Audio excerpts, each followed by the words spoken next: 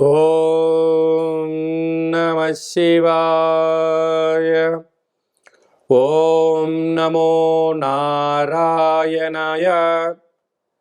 నరదృష్టి నివారణ, సంచిత కర్మ, ప్రారబ్ధ కర్మ, ఆగమిక కర్మ నివారణ తులాభార కాళభైరవ నమో నమః. హరి ఓం.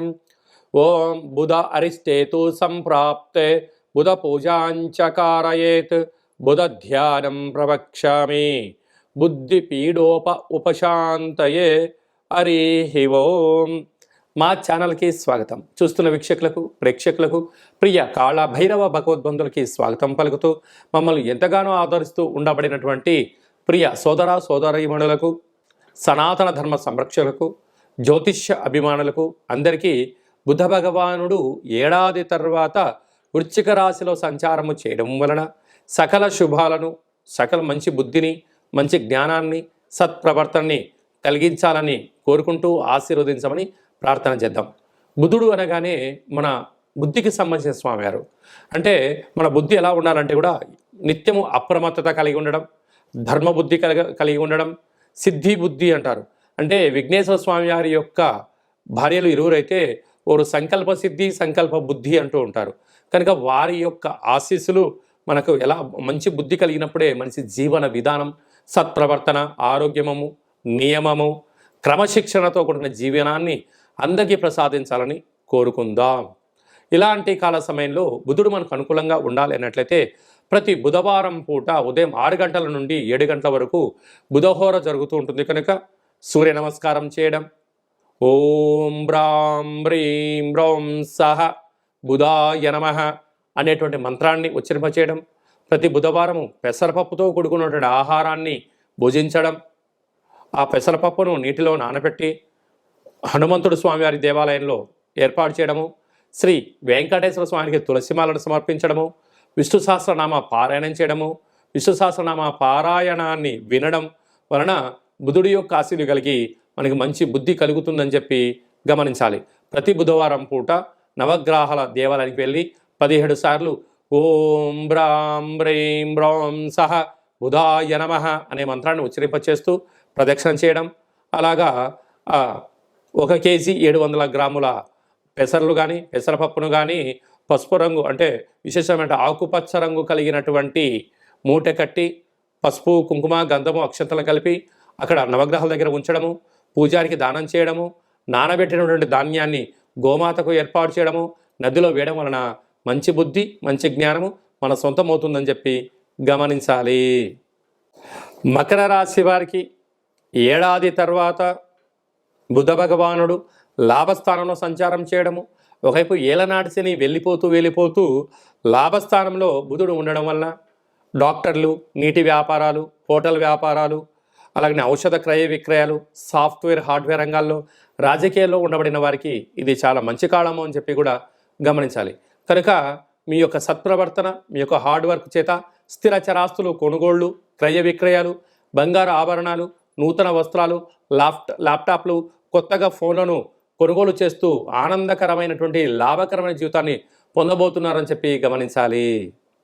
బుధ భగవానుడు ఇంకనూ మనం విజయం సాధించడానికి మంచి బుద్ధిని, మంచి జ్ఞానాన్ని, వ్యాపార అభివృద్ధిని, జనాకర్షణ, ధనాకర్షణ కలిగినటువంటి వాటిలో విజయం సాధించగలగాలి అన్నట్లయితే ఈ యొక్క పాత్రను స్వర్ణాకర్షణ కాళభైరవ స్వామి అక్షయ పాత్ర అంటారు. ఇది ఒక కంచు పాత్ర.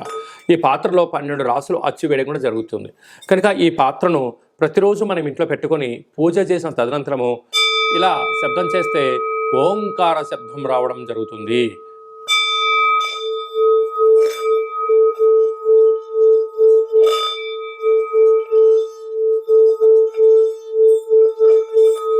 ఈ శబ్ద తరంగాల్ని సృష్టించడం వలన మనిషి శరీరంలో 7 చక్రాలు వికసింపచేయడం, మనకు మంచి బుద్ధి, మంచి జ్ఞానం కలగడం, వ్యాపారంలో మనం ఏదైతే అనుకుంటున్నామో వాటికున్న ఆటంకాలన్నీ కూడా తొలగిపోతాయని చెప్పి గమనించాలి. ఈ కాళభైరవ స్వామి అక్షయ పాత్ర, కాళభైరవ స్వామి యొక్క పిరమిడు, డాలరు, కంకణము, మీకోసం ప్రత్యేకంగా కాళభైరవ హోమము, అలాగనే అక్షయ పాత్రతో పాటి 27 రకాల వస్తువులతో దిష్టి దించడం కూడా జరుగుతుందని చెప్పి గమనించాలి. కనుక ఆసక్తి గలవారు ఈ కింది నెంబర్ సంప్రదించి మంచి బుద్ధిని మంచి జ్ఞానం కలిగించేటువంటి అక్షయ పాత్రను ఇంట్లో పెట్టుకొని పూజ చేసుకుందాం. అష్ట కష్టాలకు స్వస్తి పలుకుదాం. అష్టైశ్వర్య స్వాగతం పలుకుదాం. నరదృష్టి, శత్రు దృష్టి, సకల కర్మలను తగ్గించుకునే మానవ ప్రయత్నం చేద్దామని చెప్పి గమనించాలి. అలాగనే ఈ యొక్క ఉప్పును హిమాలయన్ రాక్ సాల్ట్ అంటే సైంధవ లవణము ఉప్పు దీపము అంటారు. అంటే మనము ఏదైనా ఒక కార్యక్రమాలు చేస్తున్నప్పుడు కొన్ని దుష్టగ్రహాలు తొలగించడం కోసం ఉప్పు పోసి దీపం వెలిగిస్తూ ఉంటాం. అలాగనే ఈ యొక్క సైంధవ లవణ ఉప్పు దీపాన్ని ఇంట్లో పెట్టుకోవడం వలన 4 వైపులా పైన కింద 30 అడుగుల వరకు నెగిటివిటీని కంట్రోల్ చేయడము, ప్రశాంతత, మంచి నిద్ర, అదృష్టం మన సొంతం అవుతుందని చెప్పి గమనించాలి. కనుక మనమందరము కూడా సత్ప్రవర్తన కలిగిన జీవితానికి స్వాగతం పలకాలి అన్నట్లయితే ఈ సైంధవ లవణ కాళభైరవ ఉప్పు దీపాన్ని ఇంట్లో పెట్టుకొని అదృష్టానికి స్వాగతం పలుకుదామని చెప్పి గమనించాలి. అలాగే మీ వ్యక్తిగత జాతకం తెలుసుకోవాలనుకుంటున్నారా? మీ యొక్క పేరు, పుట్టినటువంటి తేదీ, నెల, సంవత్సరం, సమయం రాసి మీరు వాట్సాప్లో పంపించగలిగినట్లయితే మీ యొక్క జాతకాన్ని 100 సంవత్సరాల జాతకాన్ని రాసి పంపించి మీరు పుట్టినప్పుడు గ్రహ గమనాలు ఎలా ఉన్నాయి, ప్రస్తుతం ఎలా ఉంటున్నాయి, రాబోయే కాలం ఎలా ఉండబోతున్నాయో సవివరంగా సంపూర్ణంగా కూడా తెలియజేయడం జరుగుతుంది. అలాగే చాలామందికి డేటా ఆఫ్ బర్త్లు లేనటువంటి వారికి మీ పేరు యొక్క మొదటి అక్షరాన్ని అనుసరిస్తూ రాశిని తెలియజేస్తూ రాశి యొక్క స్థితిగతులను చెప్తూ రమణ శాస్త్రం ద్వారా అనగా గవ్వల ద్వారా కాళభైరవ ఉపాసన చేత భూత, భవిష్యత్, వర్తమానాన్ని తెలియజేయడం జరుగుతుంది. కనుక ఈ కింది నెంబర్ సంప్రదించి అపాయింట్మెంట్ తీసుకొని సంప్రదించగలరు. మన యొక్క దేవాలయంలో ఎవరు జాతకం, జ్యోతిష్యం చెప్పించుకున్నా వారికి కాళభైరవ స్వామి దేవాలయంలో అర్చన, అభిషేకము, ఒక కాళభైరవ ముడుపు దీపాన్ని పూజను ఏర్పాటు చేసి మీకు వీడియో కాల్ ద్వారా చూపించి స్వామి ఆశీస్సులు కూడా మీకు అందించడానికి ఏర్పాట్లు చేయడం జరుగుతుందని చెప్పి గమనించాలి. మీ అబ్బాయికి కానీ అమ్మాయికి కానీ ఎంత ప్రయత్నం చేసినా వివాహం అవ్వడం లేదా, జాతకంలో ఎలాంటి యోగం ఉంది, ఎలాంటి దోషం ఉందో తెలుసుకునే ప్రయత్నం చేద్దాము అని చెప్పి గమనించగలగాలి. వివాహమైన దంపతులు తరచుగా గొడవ పడుతూ ఉన్నారా? ఎందుకు జాతకంలో ఇలాంటి దోషాల వలన ఏం జరుగుతుందో విషయం తెలుసుకొని వారు అన్యోన్యంగా కలిసి ఉండేటువంటి ప్రయత్నం చేసి వారిని పార్వతీ పరమేశ్వరులాగా ఉండేటువంటి మానవ ప్రయత్నం చేద్దామని చెప్పి గమనించాలి. అందరి పైనను ఈ బుధ భగవానుడి యొక్క ఆశీర్వాదాలు ఉండాలని కోరుకుంటూ మంచి బుద్ధిని మంచి జ్ఞానాన్ని ప్రసాదించాలని కోరుకుంటూ ఆశీర్వచనం. ఓం శతమానం భవతి శతాయు పురుష సతేంద్రియ ఆయుష్యేవేంద్రియే ప్రతిష్టతి ధనం ధాన్యం బహుపుత్రలాభం శత సంవత్సరం దీర్ఘమాయు సర్వే జనా సుఖినో భవంతు లోకా సమస్తా సుఖినో భవంతు సర్వం బుధదేవతార్పణమస్తు. ఈ వీడియో మీకు నచ్చినట్టయితే లైక్ చేయండి, షేర్ చేయండి, మా ఛానల్ని సబ్స్క్రైబ్ చేసుకోండి. మేము చేస్తున్న వీడియోలు, ఆధ్యాత్మిక వీడియోలు భగవద్బంధువులకు, మిత్రులకు, స్నేహితులకు చేరవేసి హిందూ ధర్మాన్ని కాపాడండి.